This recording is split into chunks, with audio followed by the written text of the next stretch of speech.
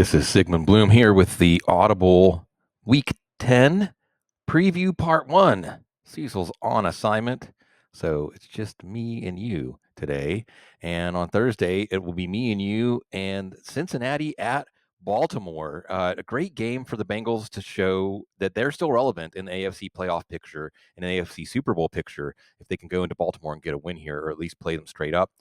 Joe Burrow, even without T. Higgins, don't think we're going to see T. Higgins in this one. Jamar Chase and Mike Gesicki. Mike Gesicki, red hot right now. You know they're going to have to pass a lot against a poor Baltimore pass offense. So Mike Gesicki still a very good tight end play this week. And I understand if there's some names that you drafted to start every week that you maybe would play Mike Gesicki. Mike Gesicki looking even better with Eric All. I hate this. Eric All already had back neck surgery, already had a torn ACL last year. Really coming on as a rookie this year. He's out, but that could mean more tight end targets for Mike Gesicki. And again, Jermaine Burton, this could have been a game for him.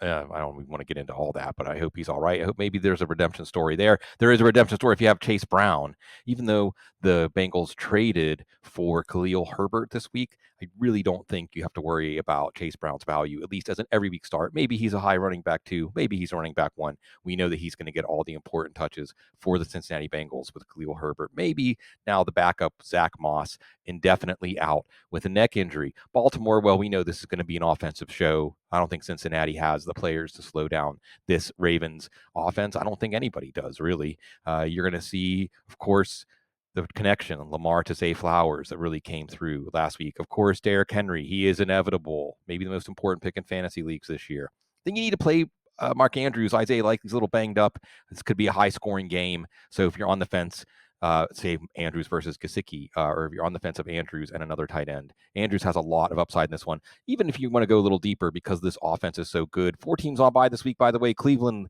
Vegas, Green Bay, Seattle. Got to go a little deeper running back Justice Hill, especially in PPR leagues. Got to go a little deeper wide receiver Rashad Bateman. Just takes one play. This is going to be one of the highest scoring offenses this week. And every week, this is going to be one of the highest scoring games of the week to maybe one of the lowest scoring games of the week. When we look at the next game in Germany, New York Giants against the Carolina Panthers. Now, this is really, this is the game we're sending to Germany? Those poor Germans. But there's some momentum for Daniel Jones, maybe as a bye week fill-in quarterback. 3 touchdowns accounting for last week with the Panthers defense. I'm not scared of that. I'm not scared of Malik Neighbors or Tyrone Tracy in my lineup, which would be big games, ceiling games for both of them. Good DFS plays this week. Even if you go a little bit deeper to Wan'Dale Robinson, Darius Slayton is in concussion protocol. Don't know if we're going to see him. That could be some more targets for Robinson, or even Theo Johnson. If you need to go deep at tight end, you're filling in for a Brock Bowers or David Njoku or Tucker Kraft. That might be somebody you look at that could be on your waiver wire. As again, this is one of those games that has, well, if you're into the NFL draft, implications of who is going to pick where in the top 7, top 8. Where the Carolina Panthers are probably going to be looking for a quarterback. I'm not even sure at this moment who the quarterback is going to be. We might like the plays in this offense a little better if it's Andy Dalton than if it's Bryce Young, but Bryce Young made some market improvements last week, and it was a little bit frustrating, to be honest, hearing them say, Dave Canales, we're not committing to him as the starter, because I think he showed enough that he can build from that.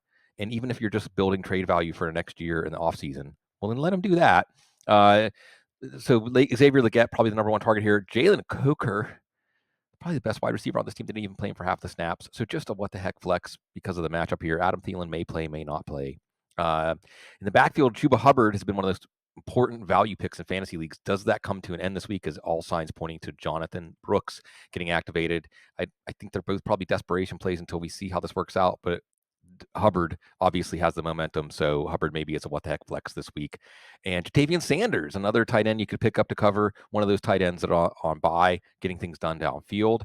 Certainly showing some chemistry with Bryce Young last week, and a player that, hey, rare, this looks like a solid pick, just like Xavier Legette. So Dan Morgan, Panthers first year draft, not so bad. There's some things here for Panthers fans to look forward to, in addition to waking up early if you want to watch this game on Sunday morning. So get those lineups set before you go to sleep Saturday night if it involves any Giants or Panthers. Love Super Bowl rematches. We got one here. New England at Chicago. Love watching Drake May, perfect for fantasy football. They're letting him play hero ball. This is great for his scrambling ability to add up numbers as a runner. Also, you're seeing chemistry coming online in the passing game. Demario Douglas, at least a wide receiver 3 flex, or sorry, what the heck flex, wide receiver 3 flex in PPR leagues. Let's watch Kendrick Bourne. Maybe he'll be on the waiver wire show soon. Hunter Henry, high floor tight end 1. And Ramondre Stevenson. What a great story here as he's back in the circle of trust, catching that touchdown to send the game to overtime last week. Hunter Henry's actually out of bounds on that play. It's 10 on 11, and Drake May did that. So Drake May, this is pretty exciting if you're a Patriots fan to know that you can look forward to him being the franchise quarterback. Exciting. You need him for your fantasy team because I think he's got a very high ceiling. Maybe Chicago is a tough matchup, but going forward, this offense is back alive. We'll put a pin in Kayshon Boutte. Maybe Javon Baker gets a few more snaps. Dynasty leagues want to evaluate these guys. Chicago, at this moment, again, it's Wednesday morning when I'm recording this. Hope you all are doing okay out there. Will it be Caleb Williams limped off the field last play of the game? If it's Tyson Bagent, well, does it really change that much? I mean, it changes this. Rome Odunze is red hot coming out of week 9, his second 100-yard game of the year. DJ Moore's a little banged up. Now, if Tyson Bagent is in, I'm not playing any Bears receiver. If Caleb Williams can at least get limited practices in, I don't know if you want to play Caleb Williams if he can't even practice. That is if you want to play Rome Odunze. You're not going to play Keenan Allen. Again, DJ Moore, you want to watch the practice reports there. It's DeAndre Swift. And because it's New England, unless Drake May comes out and barnstorms, New England gets out to a lead, which is possible, then you're probably going to see a ton of DeAndre Swift in this game. And we'll see. Chicago, because it's the NFC, could fall out of playoff contention pretty quickly, playing a lot of their NFC North mates going forward. And that's tough. Best division in the NFL, the NFC North, this Bears team, looking like probably a last place team unless things turn around quickly. San Francisco, another team. Again, some good teams. Some teams that would definitely make the playoffs in the AFC are going to miss the playoffs in the NFC. San Francisco and Tampa Bay could be two of those teams playing. San Francisco come off by. This is a Brock Purdy game. You saw Patrick Mahomes finally have a good fantasy game against this Tampa Bay defense. Brock Purdy is next. It's Christian McCaffrey. All signs pointing him to be back. He's on the field. He's in our lineup. Going to be watching to see if Jordan Mason is healthy. Maybe Isaac Guerrero is the backup here if McCaffrey, if Achilles tendons don't respond well and he gets back out there. Of course, you're going to play Deebo Samuel. Now, what the heck flex Ricky Pearsall? What the heck flex Jawan Jennings? If I see some full practices from Jawan Jennings, maybe even a wide receiver 3 flex, as we know that Brock Purdy is not shy throwing downfield to Jawan Jennings in 50-50 ball situations, and Jennings came through with one of the biggest fantasy games of the year in that scenario. On the Tampa side, it's actually pretty simple. It's Cade Otton. Who had Cade Otton, the most valuable fantasy tight end of the month of October, on their bingo card? Nobody. You're lying. You're absolutely lying. But that's the guy that Baker Mayfield trusts. And we'll see if even going forward, and I'm thinking about dynasty leagues next year, that Cade Otton can retain this kind of value even when receivers are healthy, because this connection is live for fantasy leagues. Sterling Shepard, that connection's coming online. So what the heck flex, especially in PPR leagues with 4 teams on by. And the backfield is still a 3-headed backfield. And it's San Francisco, and it's a game that they're probably going to be trailing in. So Rashad White, what the heck flex? Bucky Irving, what the heck flex? Sean Tucker, man, in a different situation. Sean Tucker could have some value. Don't drop him in dynasty leagues. Maybe that's just the Syracuse grad and me saying that. I want to see Syracuse relevance. This is a relevant game. This could be another very high-scoring game, maybe break ties in favor of players in this game. Very entertaining game. And again, San Francisco, Super Bowl window or not making the playoffs. This game is going to be an important one. Remember, the undefeated favorite Kansas City team, Tampa took them to overtime. Should have beat them. They went for 2 and made it. That was the right call, Todd Bowles. So interesting game here, to say the least. We got 4 games down. We got 3 games to go. We're here on the Week 10 preview, Part 1. Sigmund Bloom, flying solo here. Cecil Lammey is on assignment. Appreciate all of you for joining us here today. Speaking of Cecil Lammey, it's a Denver show. Denver Broncos at Kansas City. Another yardstick game for Denver. Okay. So Bo Nix, this is a tough defense. Tougher than Baltimore's defense. So Bo Nix is more of a quarterback 2 super flex than someone you want to play in 1 quarterback leagues. Cortland Sutton, though, I think has earned his way into lineups. And Kansas City, there are some breakdowns in Kansas City secondary since Jalen Watson went out. So I do think that Cortland Sutton is a player that you can put in as a wide receiver 3 flex, and probably not playing any running backs. We keep hearing Audric Estime is going to get more work. This might not be a good game script for any running back to get work, except maybe Javonte Williams and Jaleel McLaughlin getting some catches out of the backfield. But it's basically Nix and Sutton. And Denver, if you want us to take you seriously as a playoff team, be competitive in this one, more competitive than you were last week, at least.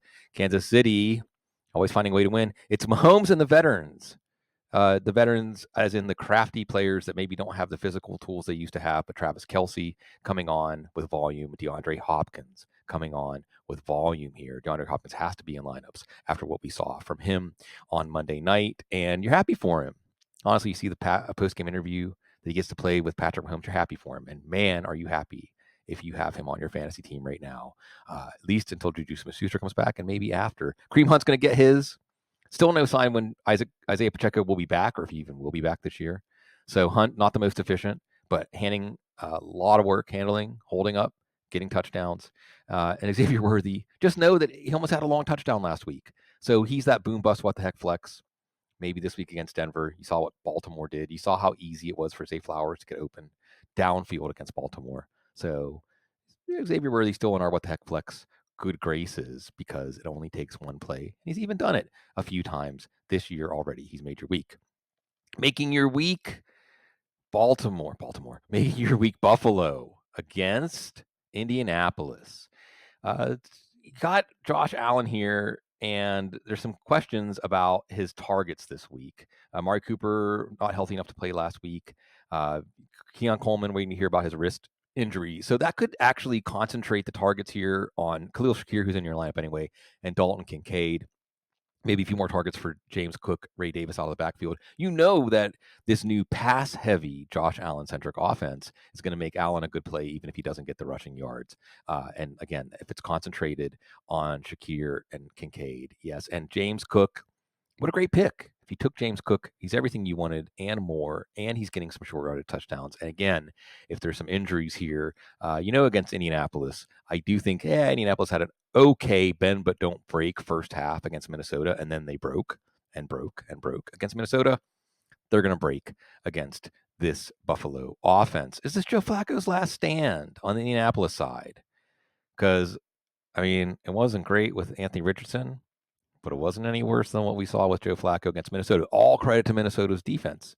Buffalo's defense is also pretty good, so keep that in the back of your mind. If Joe Flacco is sputtering in this one, then that could be it. He is going down that 18th fairway in his career here, but he can get Josh Downs targets, and we're going to have Josh Downs in our lineup. Josh Downs is going to be a good PPR play, maybe a good big player here. And of course, it'll be a Jonathan Taylor game. If the Colts can keep this game close, it'll be Jonathan Taylor getting 25 or more touches and long sustained drives, wearing out the Buffalo defense. He is the marquee player in this offense. Don't think you want to go with Joe Flacco as anything more than desperation play, even in 2 quarterback super flex leagues. Last game, these teams don't play very often, but they're just down the road from each other. The Steelers go to Washington to play the Commanders, actually Maryland. And this one is with second half, Steelers have a tough schedule. A lot more is going to be on Russell Wilson's shoulders, passing downfield, so it could be a big-time George Pickens game. Welcome to the Steelers, Mike Williams. No fantasy relevance there. But it's nice to have somebody else that can run under and go up and get Russell Wilson moon balls. But number one on that job is George Pickens. Najee Harris goes into the bye with 3 straight 100-yard games. Will it be 4 straight? I don't think so. I think the Steelers will probably be playing from behind here unless Russell Wilson and Pickens the connections are really hot. It could be a Jaylen Warren game. Jaylen Warren, what the heck flex? Jaylen Warren, the passing down back. Jaylen Warren, the more versatile back of the two. Could be a big second half for Jaylen Warren. Again, the Steelers, to keep up with their opponents, they've had an easy first half schedule, a really rough second half schedule coming, which means, well, let's see what this offense can do in a different mode than getting Najee Harris 100-yard games. On the Washington side, this is going to be fun. Steelers defense against Jaden Daniels. Now, I'm not going to say Jaden Daniels is Lamar Jackson, all right? But a young Lamar Jackson had a lot of problems with an aggressive Steelers defense that basically forces a running quarterback, an elusive quarterback in the pocket, a quarterback who thinks pass downfield, like Lamar Jackson, like Jaden Daniels, forces them to make a decision early in the play. You can't be deliberate. So play Jaden Daniels, but this is a really good test for him and a different kind of test than one he's had before. As a Steelers fan, I am so afraid of Terry McLaurin. I'm afraid of seeing the back of his jersey. third and long. Terry McLaurin, one of the best picks of the year. That's going to keep up. Will Brian Robinson be back? We'll see. Tested his hamstring before the game. Didn't look happy. Did he aggravate it a little bit? I don't know. But if not, Austin Eckler's going to be a good play here. Chance to get free in the Steelers secondary as a receiver. But there's Chris Rodriguez. Just put a pin in it for Dynasty Leagues. Chris Rodriguez, really tough downhill runner, showing, hey, for Dynasty Leagues, deep Dynasty Leagues, we cannot forget about this guy. He's got talent, and he's going to possibly play the role again for the second week in a row of the closer if Washington can get ahead of Pittsburgh. Also watch Noah Brown maybe emerging as the number 2 receiver for this Washington offense. That could have value. Is Jayden Daniels one of the most fun stories of the year, NFL otherwise. It's always fun to spend time with y'all. We love you at Football Guys. We love that you're there for us. We're there for you. And we got some fantasy football matchups this week. We got some football to talk. We got some life to live. I'm sending love out to all of you, each and every one of you, if you can hear the sound of my voice. And today, I want to tell you, stay classy. I also want to tell you, you might not get to decide the story that you're born into, but you get to decide the part you play in it.